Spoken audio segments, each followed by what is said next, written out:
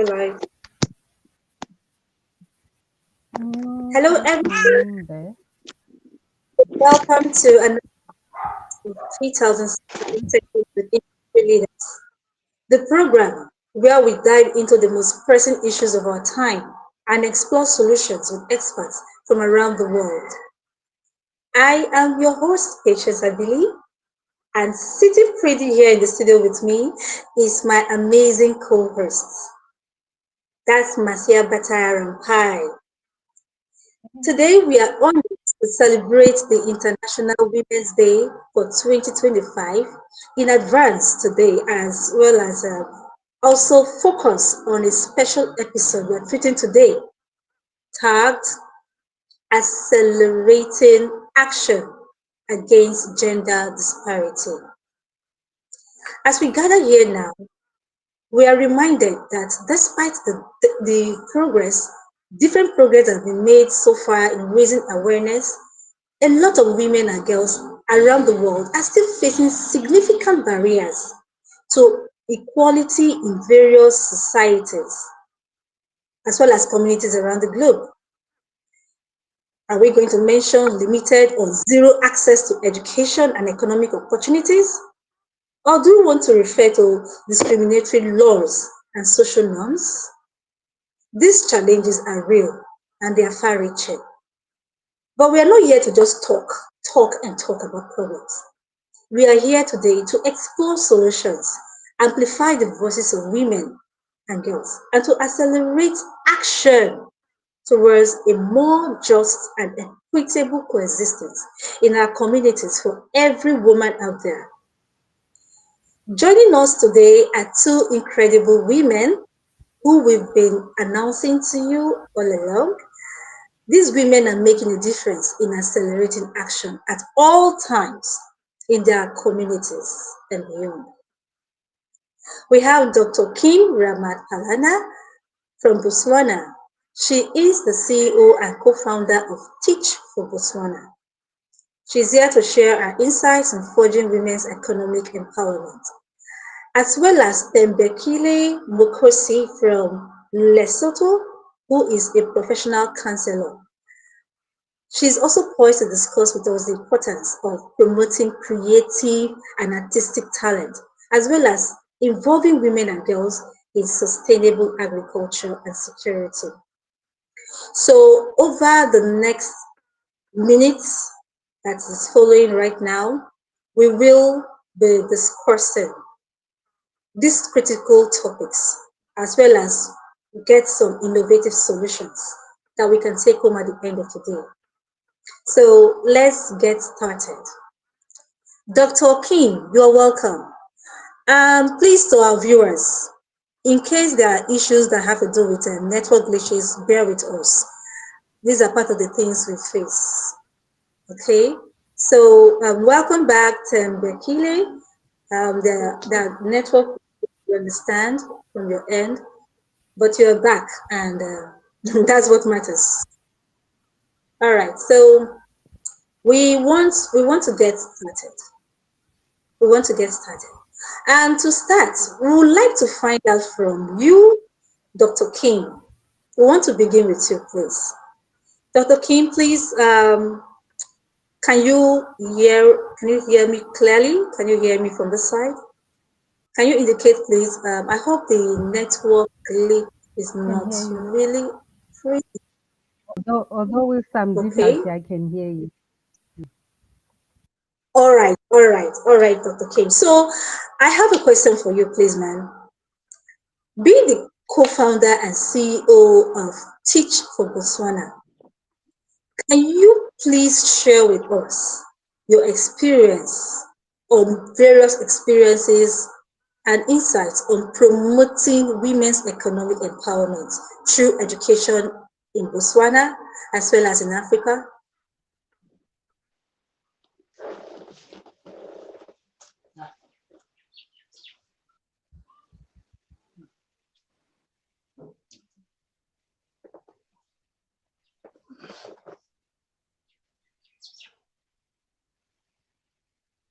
Hello, Dr. Kim.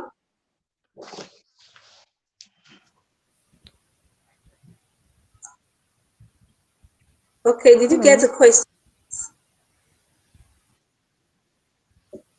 Did you I get a didn't question? get the question. My Okay, network is not. I understand. I understand. It's still same here.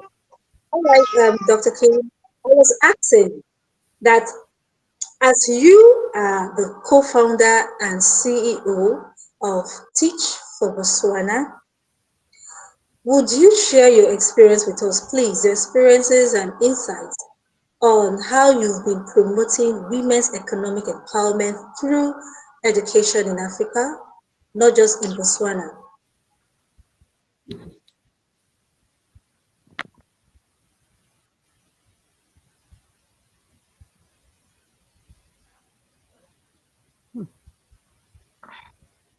Oh,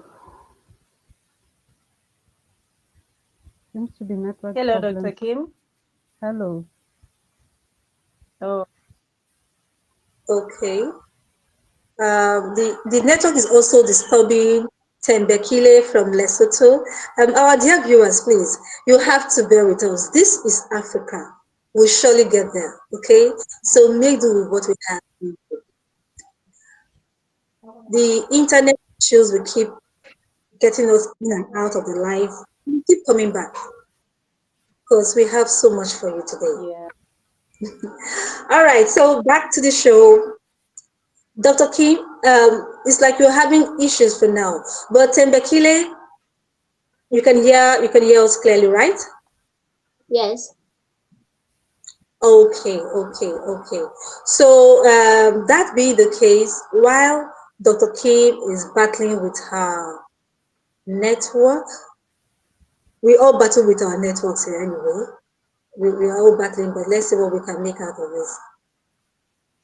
All right, so we also want to ask you, we want to hear your views, okay? You are a counselor, a professional counselor at that.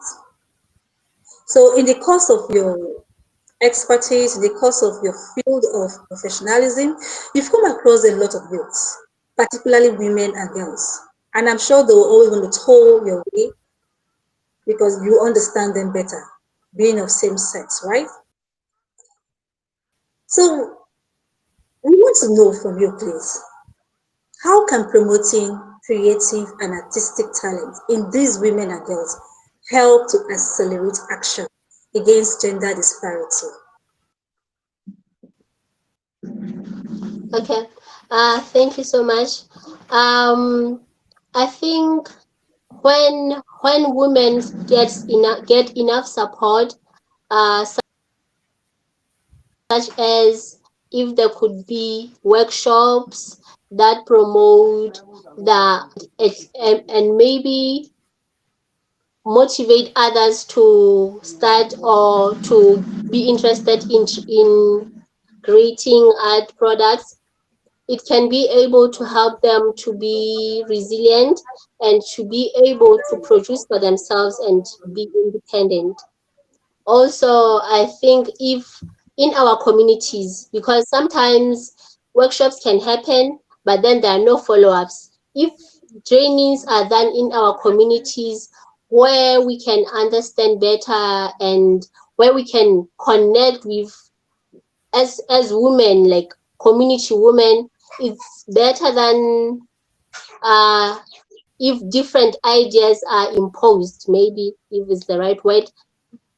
For example, if women can gather at the chief's place, then there'll be like some art skills like knitting, pottery, like skills that are connected to their lifestyles, skills that are not so far to what they are used to and more interested in. So yeah, they can be able to continue with those skills rather than if new skills that are very foreign are introduced to them. Because if there are no follow-ups done, the workshops and trainings will be done, then afterwards there won't be any continuation or implementation of the skills.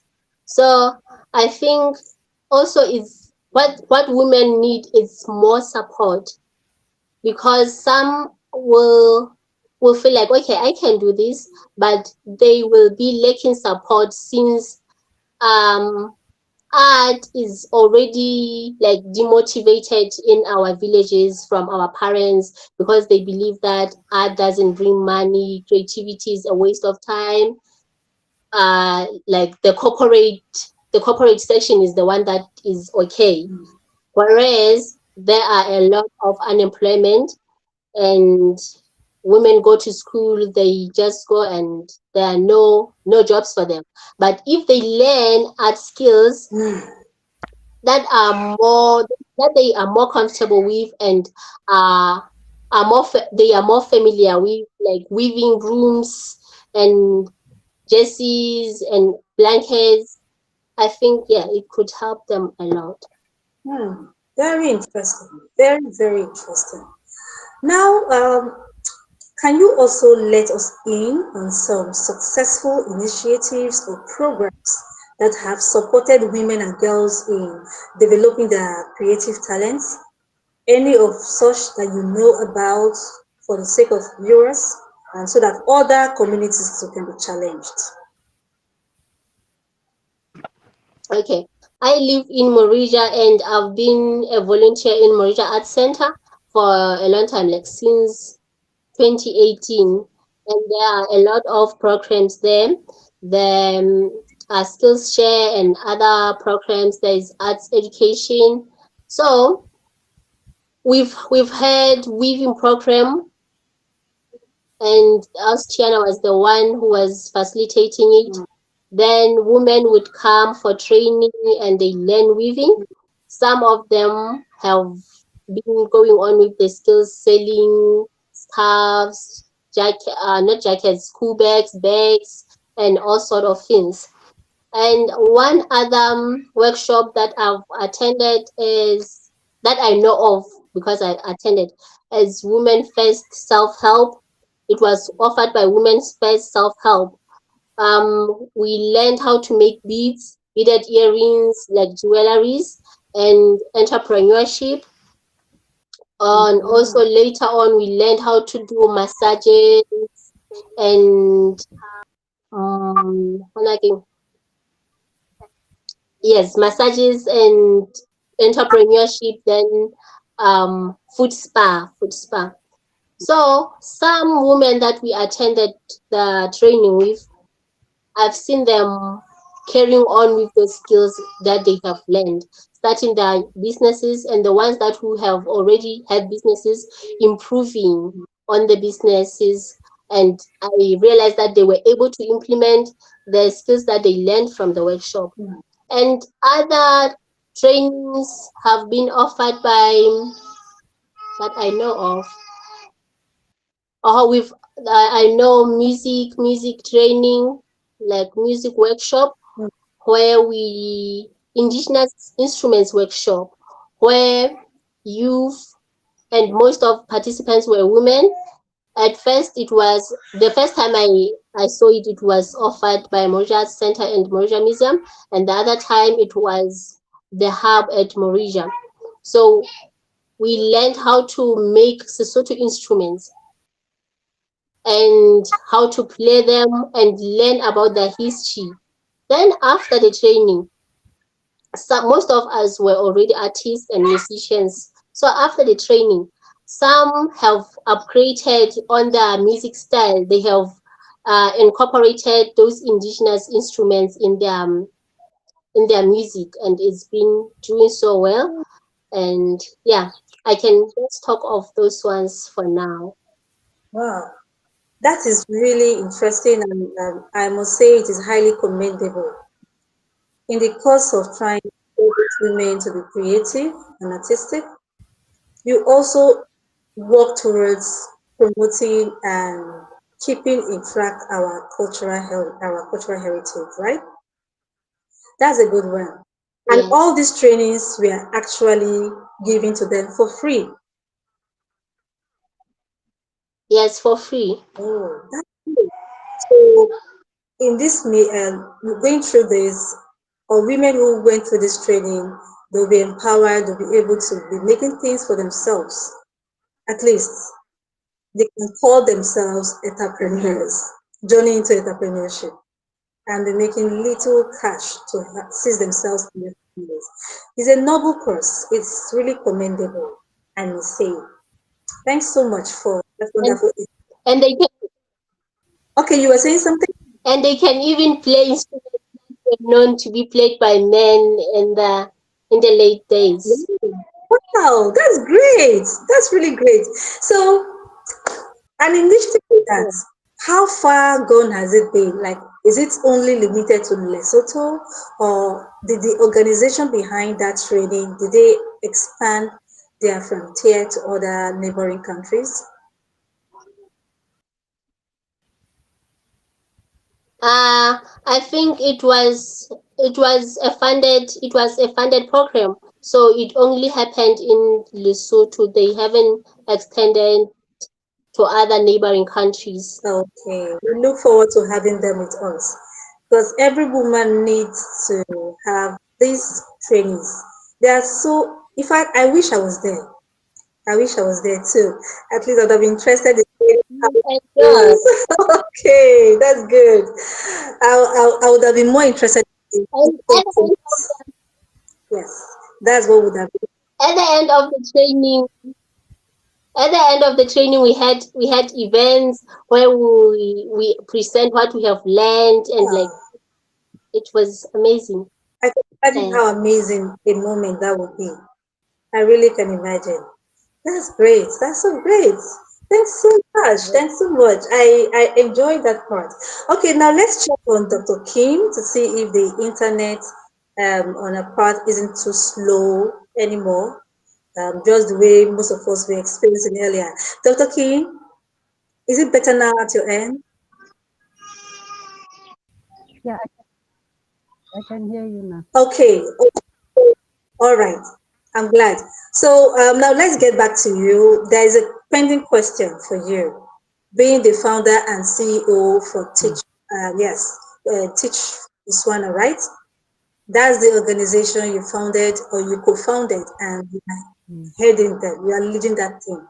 So, can you share your experience promoting women's economic empowerment through education in Africa?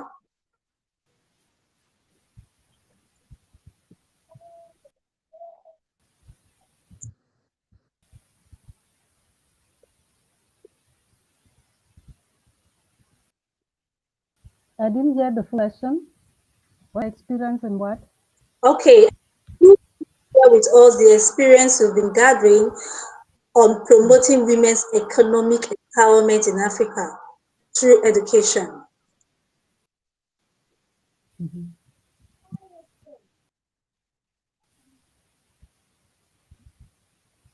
Did Hello, you get Dr. that, Dr. Kim? Well, let me start just yes. I get I heard you partially, but I'll continue. Let Okay, me start by yes, of the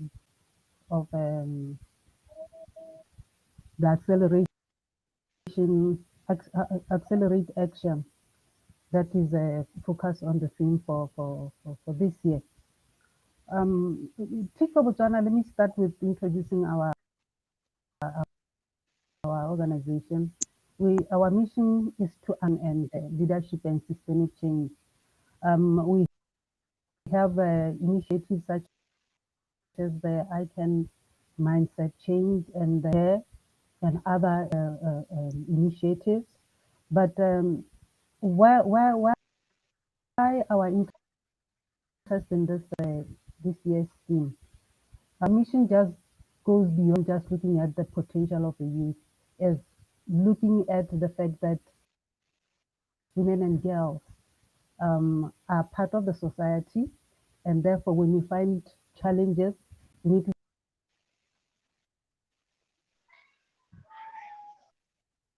um, within the society must be found so that it is realized and appreciated. Well, um, we've had so many advocates have talked about gender disparities. Progress has been made, but we still have barriers to women economic and leadership opportunities. And I think what has presented to us about Lesotho is where women are empowered through different activities. I like about the theme this year's theme is that we have are we taking, and this action the way we think and must be. Well, when it comes to actions that I've identified, I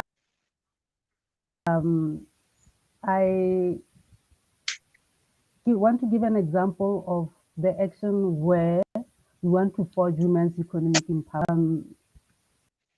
Why would be the objective of that? It is to participation in the workforce and in the leadership is realized.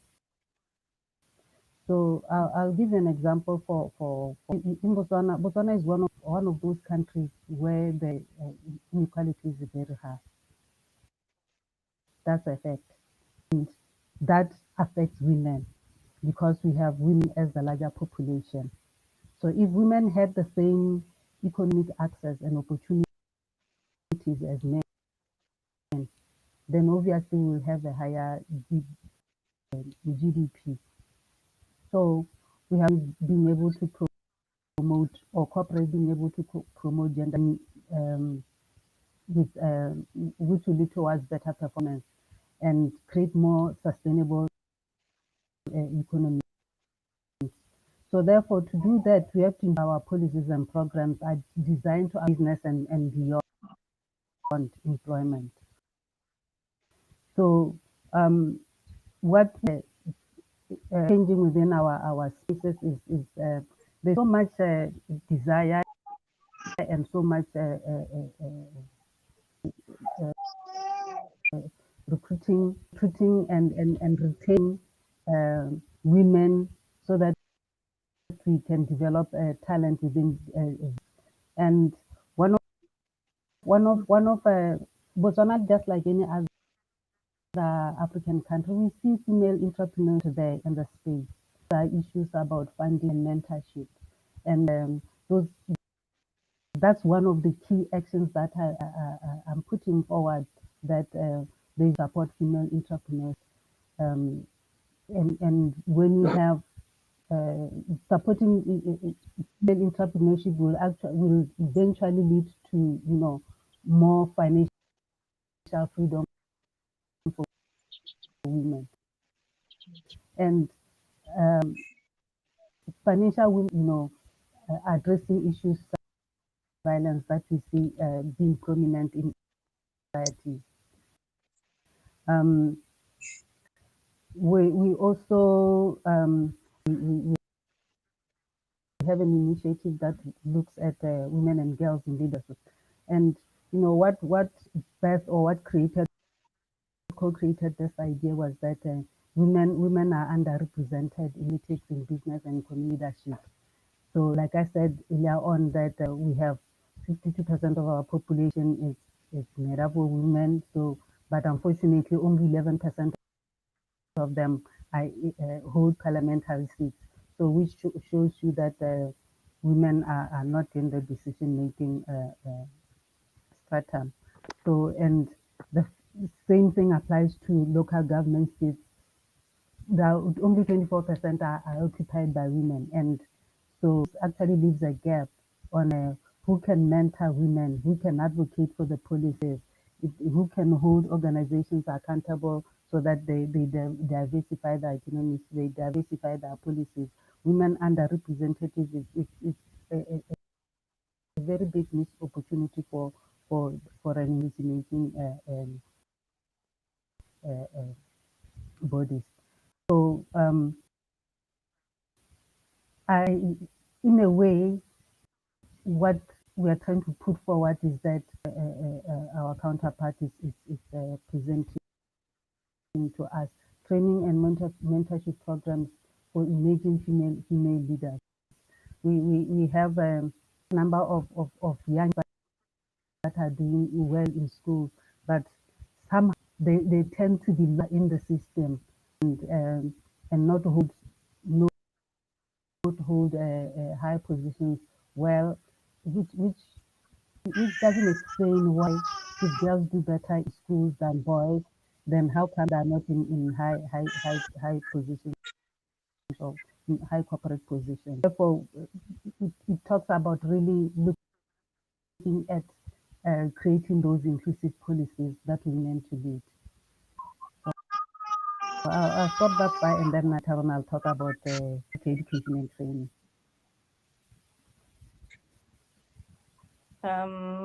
Okay.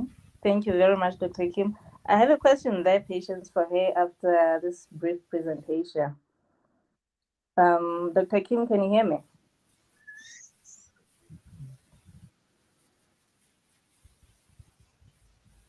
Okay.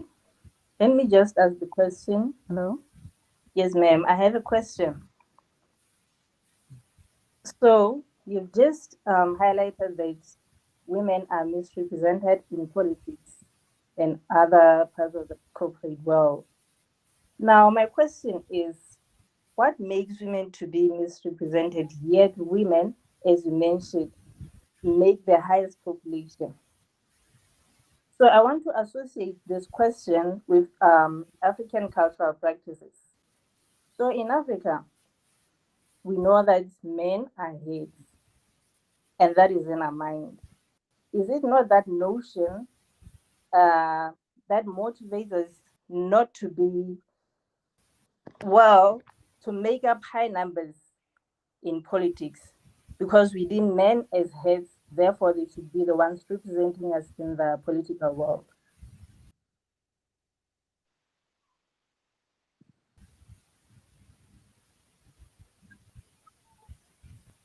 Unfortunately, I lost you along the way.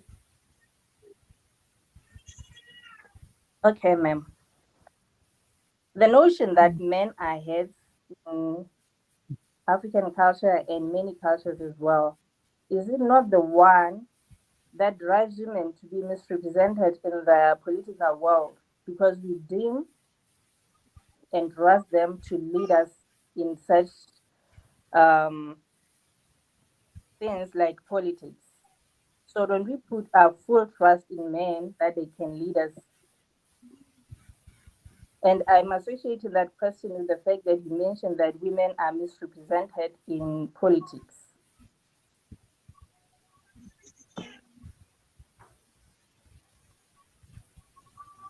I didn't get you, but are we talking about the roles, the different roles of women and men um, affecting the way?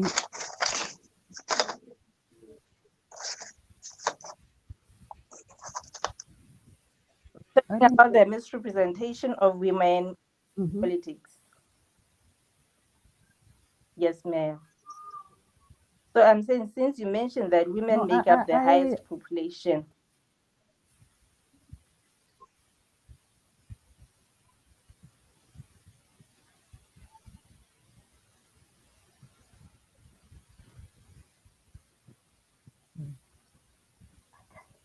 Hello, Dr. Kim. Hello. Hello, ma'am. Yes.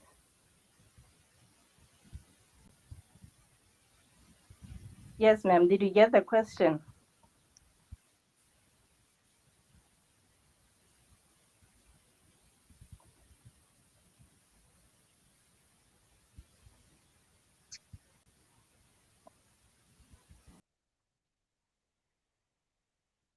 Dr. Kim?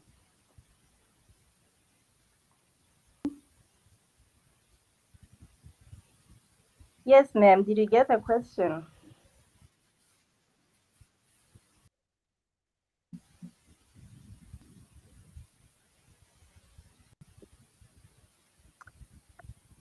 Okay, Tambi, it seems you're having a network problem. But Tambi, what can you say I regarding don't know that if I question? heard you well. What do you You're think? talking about. You're talking about cultural barriers Uh-huh. That could be of why women have are underrepresented when it comes to leadership positions. Is that what you are saying? Yes, yes, ma'am. Yeah. Of course, it's true that cultural barriers are there, more so that we are living in a patriarchal society. Men always have an upper role when it comes to the economies, running the economies. It could be running the families as well. But we see with women empowerment, we see with women advocacy groups that they shift where, and because women voices are being heard, of course there will be those cultural traits that hold them back. So we've always had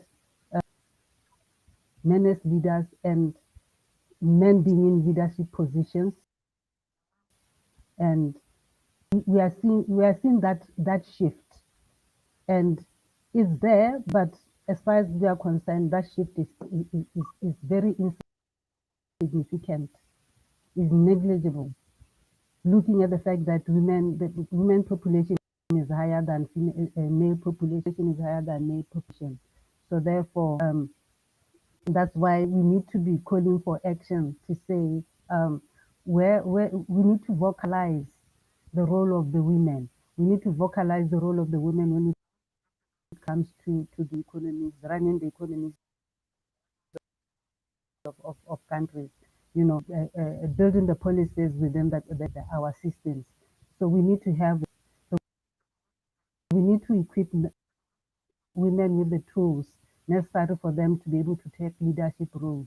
Yes, there are some situations where, so we need to call action to that, so that we do appreciate the role that women have, and I want to give you a quote where it said that where is it? Our grandmothers fought, right? So our mothers Yes. fought for us. So therefore, it's upon us to fight for the next generation to be heard, next generation to be seen, next generation to be partakers of our economies, partakers of the empowerment of our economies. All right. Well said, ma'am. Thank you very much. Still on the barriers, there's childbirth and caring for the child not contribute to one of the barriers. For example, when a woman gives birth, she'll have to be at home for some months to nurse the baby. And if she was working, then she'll go back to work. Isn't that one of the factors that demotivate women to be engaged in leadership?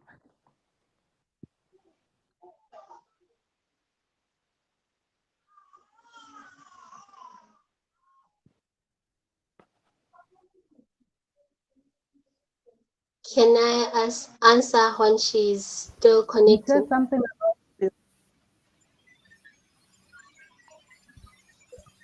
Yes, I think it could be one of the hello. reasons that demotivate women to take action in leadership, because by the time they are at home nursing the baby, some some things that need to be run are pausing, and sometimes even after that time when they go back to work, they still, like, the baby still demands the time, or even the attention on their work is like it declines because they have to accommodate this new baby.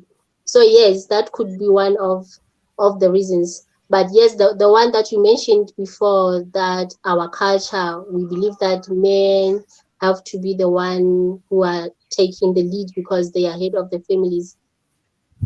Yes, I think in that perspective is the one that make us sit back because we know that men should be the one taking the lead. All right. Thank you, ma'am. It's a very good point.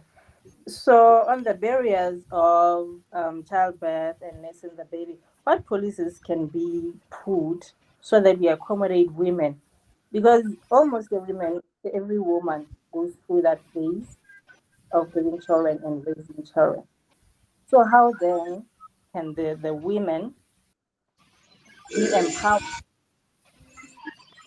so much that they take action into leadership, even though they are still the crucial members of their families?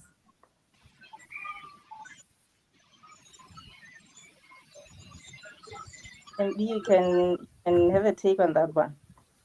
Okay, I think leadership is not always physically being there, being present, but if, let's say, maybe in the beginning of the year or by December, if things will be planned for the next coming years, so other members of the organization will know what should be happening at a certain month, at a certain time.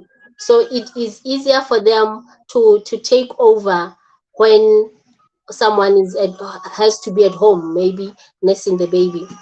And other policies I think that could be invented is that they should be able to delegate from home. We now have technology. You can have a meeting with the staff members and plan for a certain event or plan for what is supposed to be happening at the workspace. And one other thing, at the corporate sector or world, women should be, I don't know, but we've been discussing this with other people that there should be a necessary, like, if there is like a compound of offices, there should be a nursery close by where you can go nurse your baby for 30 minutes, come back to work, rather than when you have to leave the baby at home at all. Now you're not being productive enough because you're thinking of the baby. All right, makes sense. Patience.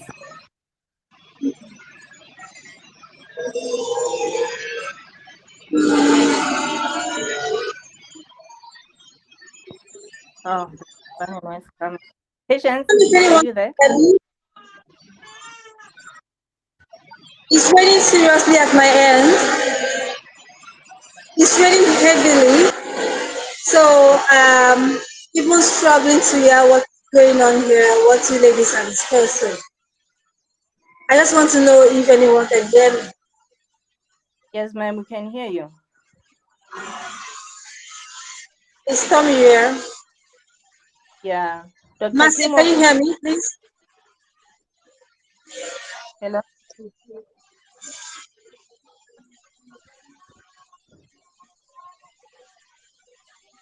Please, can you confirm you can hear me?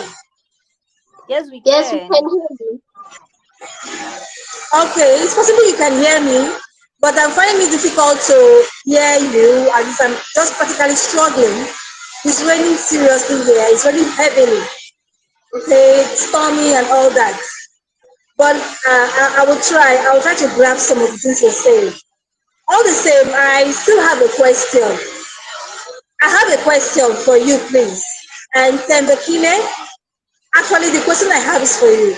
I may have no idea whether or not Marcia Bata may have asked you along the line, but I will ask after you. Okay? I want to know, please. I need to know. Um, when it comes to sustainable agriculture, okay, and food security initiatives, did you get that, please? When it comes to sustainable agriculture and food security initiatives,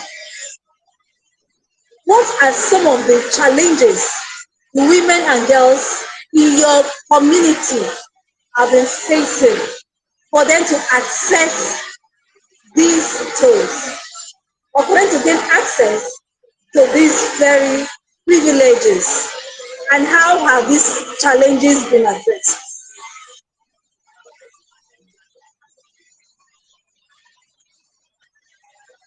Yes, Tembi, you can answer the question. Uh-huh. Sometimes or most of the times, agriculture is known to be for men, and us as women can be involved in small activities like weeding and other stuff. So, challenges that we face as women when we are trying to involve in agriculture is that we we lack support from others. Like other women doubt our potential, even other men. So it's even worse when you're trying to indulge in agriculture, um, what commercially. And another thing is that sometimes the way it is meant to be done, we have to use like big machines that require more energy. So it is hard for other women to use those machines. Or even if they can, just like women in construction, they will be doubted that they can be able to do it. And sorry, I think the way to pass that is through like plowing. And if you're doing just for your family, you can plow on the tires, or containers, and produce just enough food for consumption, and adopt new ways of agriculture that are more easy to manage and to sustain. And another thing is that because even if we would love to practice agriculture, but we would be lacking skills because men are more skilled in agriculture as they have been doing it from the younger age, while we are not much involved. So there could be training done for women so that they can be able to know the type of soils and the food or seeds that can grow well on those, and how can the soil be improved and all that. Thank you.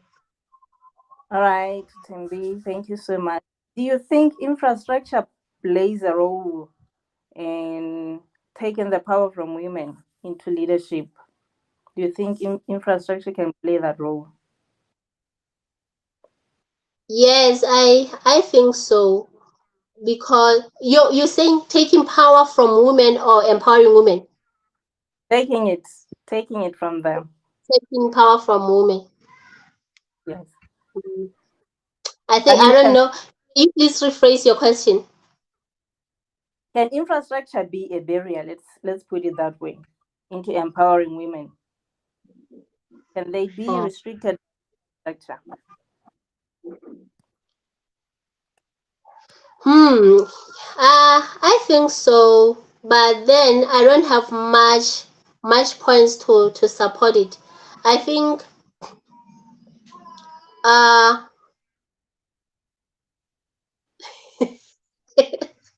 okay.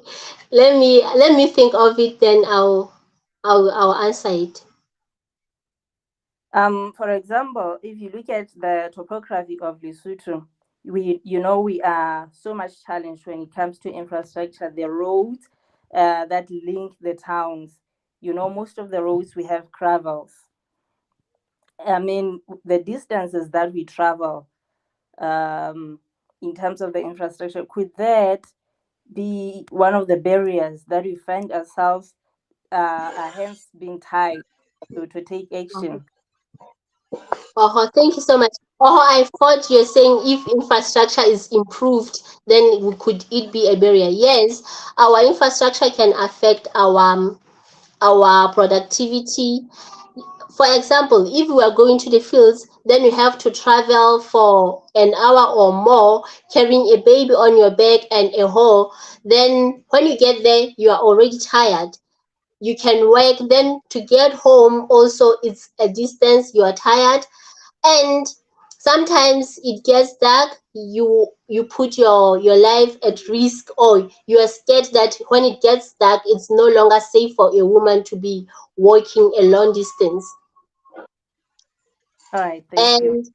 and and sometimes our land needs to be prepared for farming, maybe to be leveled because it's mountainous, so it will need much energy, yeah, muscles. So yes, Right. it could be a challenge for us as women. How do you think we can address that challenge? As much as women are being empowered and we need to take actions to make a change, we can run away from the fact that we still need men.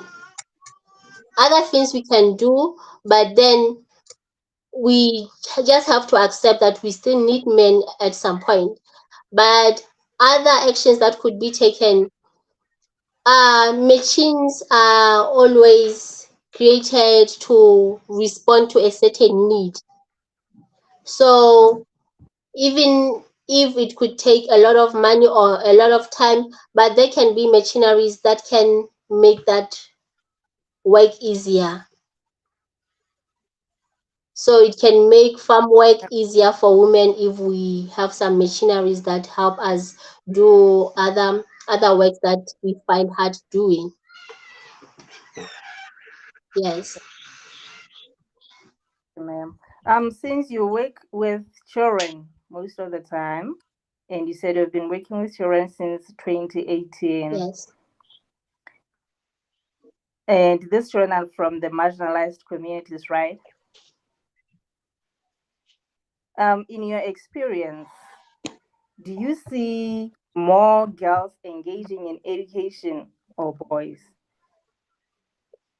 Do I see more girls engaging in education than boys? Oh yeah, Or that you can point out?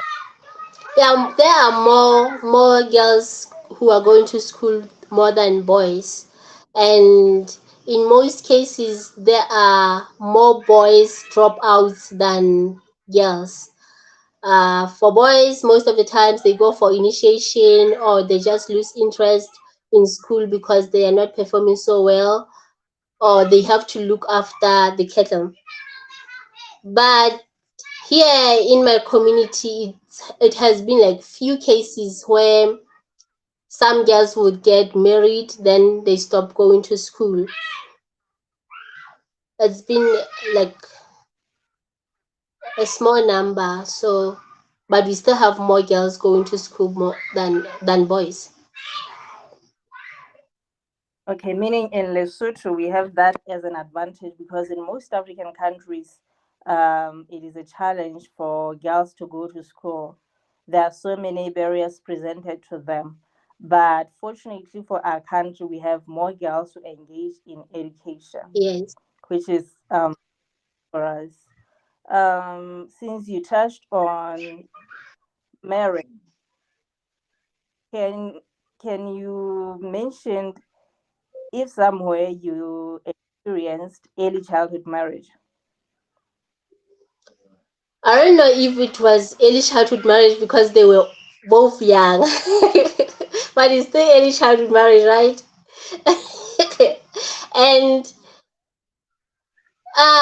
in in that community, and on the top of the plateau of Mauritius, in my experience, it's a norm for girls to get married at a young age. So even parents won't even take action to stop that because you're like, ah, she's 16, yeah, she's old enough, you know. The Mm. problem is when they do it, then they have to leave school.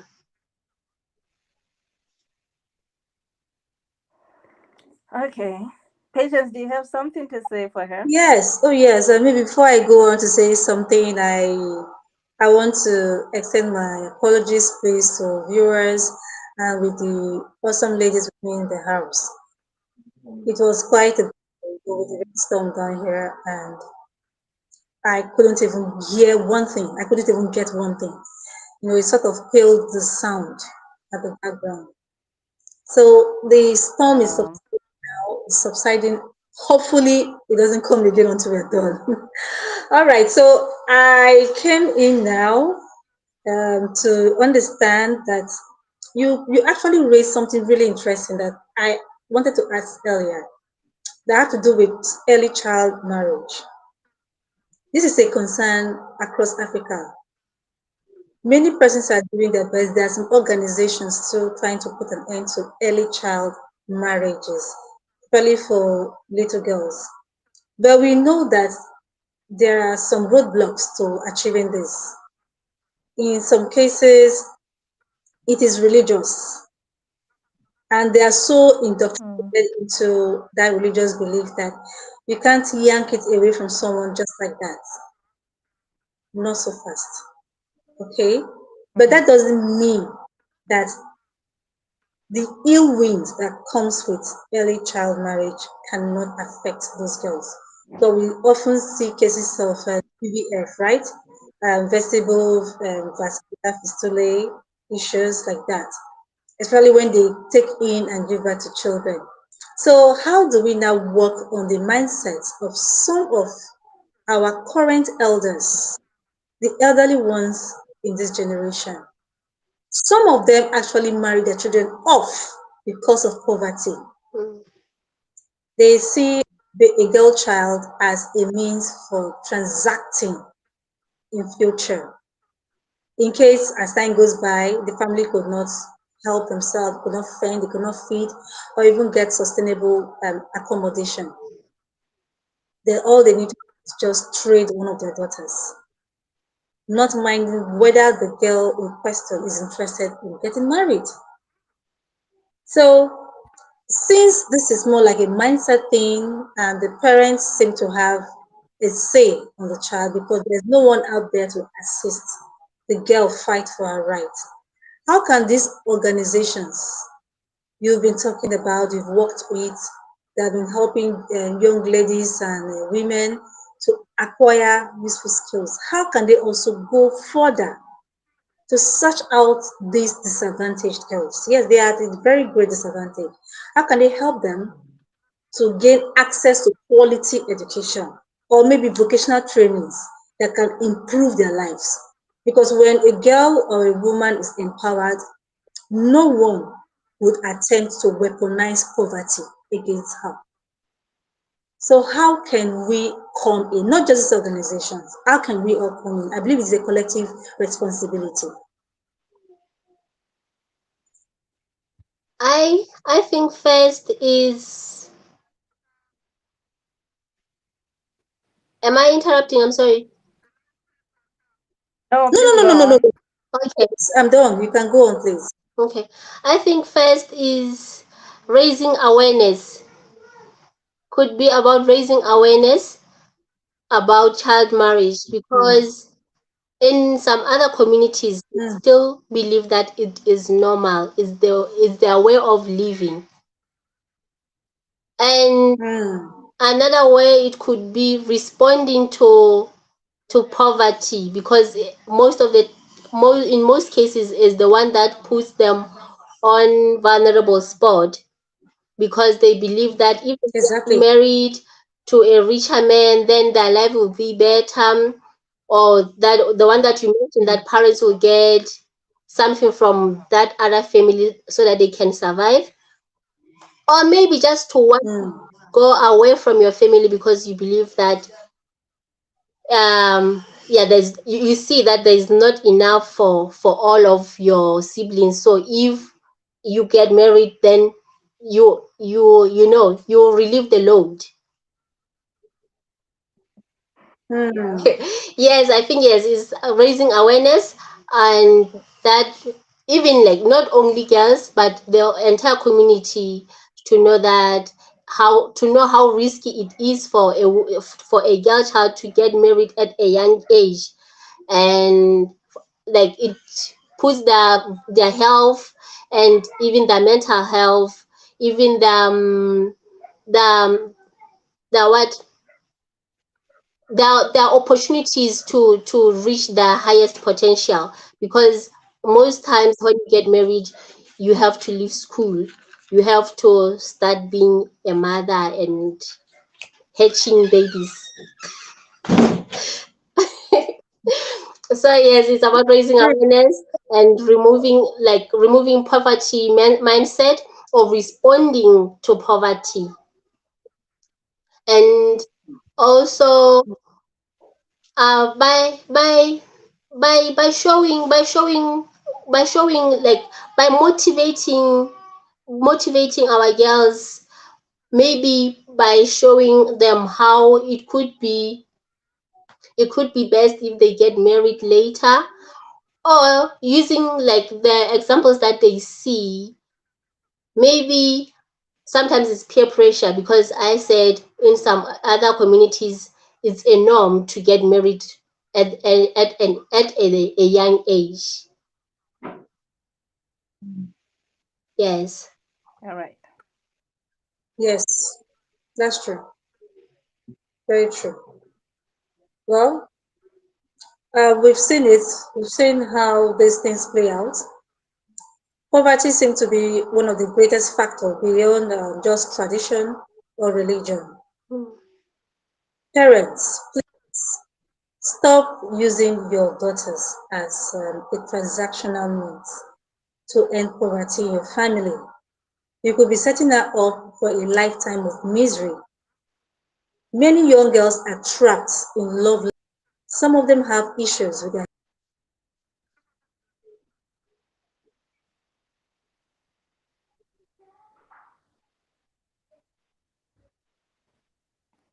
The network challenge once again, Mm. but she was wrapping up. Okay. But you actually, yeah, she was wrapping up what you said, that raising awareness is important, that they should also have people who motivate them. For example, in Lesotho, we have the deputy prime minister is a woman. We can talk about people like her. Mm. The minister of communications is a woman. Then we can raise those kind of women that we have in our country to say, you see, if you wait for your time, you study, and then eventually you'll grow up to be like the deputy prime minister. Hmm. Yeah. And also I think they could receive family counseling, because others are getting married just to get rid of like to stay away from their parents, because the domestic violence is unbearable. Eh. Okay. All right. It's a very good point there. Mm. Okay, Thembekile Mokhosi. It was nice today, although we were challenged by the network, but we gained so much talking about women in leadership, women in arts, women education, early childhood marriage, and the barriers, the disparities, and how we can overcome those challenges. It was really an insightful engagement with you and Dr. Kim, even though her time was very limited, but we did gain something important from her. Thank you so much for having me. I've gained insightful points, and I'm looking forward for more information to learn from you guys. Of course, You're welcome. same here with us. Really, thank you for being with us. You are really an incredible guest, I must say. Despite the fact that the internet keeps, logging me in and out of the program, but What I've gotten from you is something that is as precious as gold. Thank you so much, and our thanks also go to Dr. King. The internet glitch is what we battle with here in Africa, but it's fine. It's fine. We are okay. We are happy we've been able to be here to discuss this important issue with all of you. So, dear viewers, we can do so much to accelerate action against gender disparity as far as women are concerned. Let us support organizations that promote women's economic empowerment and education. We have the Teach for Botswana as an example that is led by Dr. King. We also have the organizations that Thembekile has been telling us about, the wonderful organization that women to acquire vocational skills that will last them for and make them make them financially buoyant if they take their trade seriously. So let's try to amplify the voices of women and girls in our communities and beyond, please, which includes ending unjust and unlawful child marriages, please. Then we can as well as challenge such discriminatory laws and social norms that always perpetuate this gender disparity. Everything we do counts. We are women, our voices, not noises. Okay, so every voice of a woman matters. Let's continue to work together to create safe communities for our women and girls so that they can have equal opportunities with their counterparts to thrive and promote economic development in their community. So thank you everyone for joining us on this special edition. We thank you, Dr. Kim, again, and we also thank you, Thembekile. Of course, my amazing host for holding forth, Marseille. Thank you very much. So until next time, we wish you all to stay inspired, to stay informed. Wish you all to keep accelerating action. This is Women's Month. Let us accelerate action in many ways to enjoy a more equitable society for women and girls around the world, especially where you are. Thank you very much. So call it a day for today. We'll have to go so that we'll come back next time. Thank you. So rest of your day, and it's a goodbye from us for now. Bye, viewers. Bye bye.